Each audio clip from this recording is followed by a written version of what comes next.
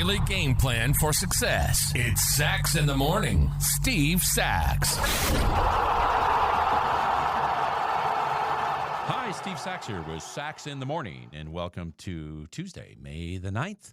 Yesterday, we talked about loneliness and what that is all about and how we can maybe help some of that stuff, which has been a pandemic in this country as far as I'm concerned. But today we're going to talk about jumping to conclusions and analyze that a little bit and how we can kind of make that better.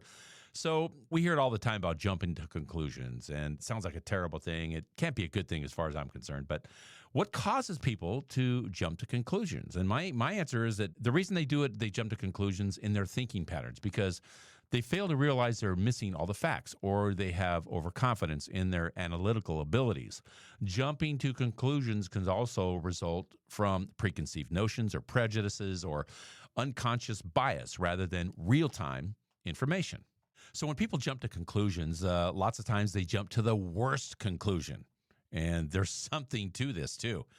Some people let their minds jump to the worst possible conclusions.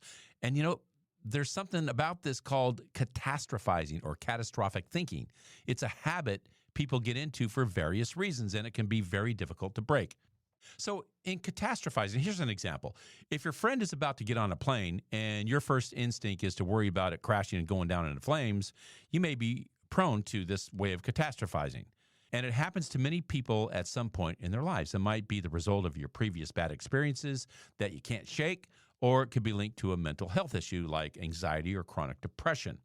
Now, according to Linda Blair, she's a clinical psychologist and columnist at The Telegraph, catastrophizing is an unhelpful habit that people fall into in some way.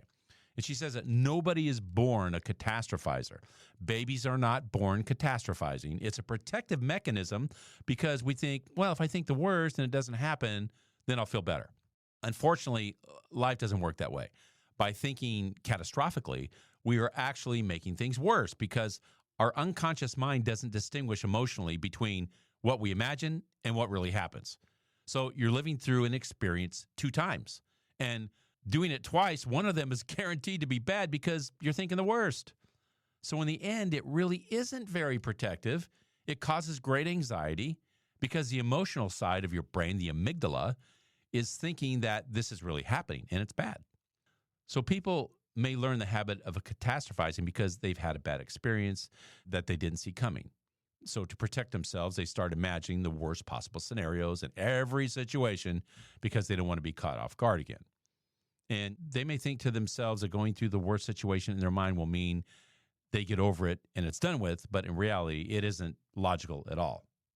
So here's an example about the plane crash thing. She asks her clients to look at the stats of airline crashes on their phone. Then she tells them to look at the stats for crashes with that particular airline.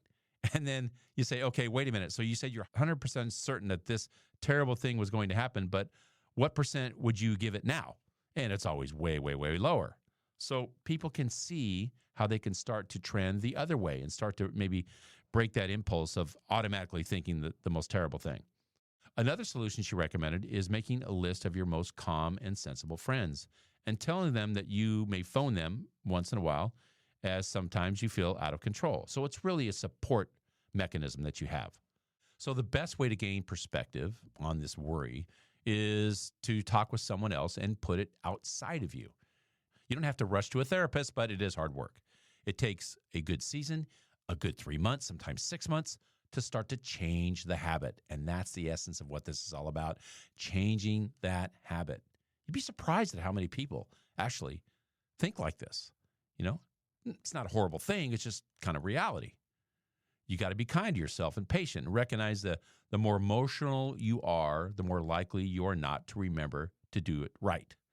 So then when you're calm and things are under regulation, you get a chance to be logical. So in essence, in kind of wrapping this up, what are some things you can do? Well, if you start feeling this way, you need to check yourself.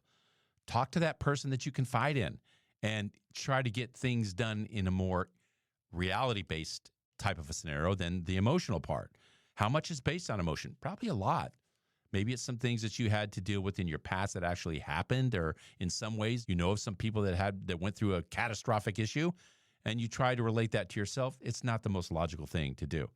Maybe it's some headlines that you've read and, you kind of got that stuck in your brain. But how much of it is actually real information? How much of it is logic instead of emotion? And if you start to work on that over a period of time, you can break this habit and not jump to so many conclusions. And that's my short for today.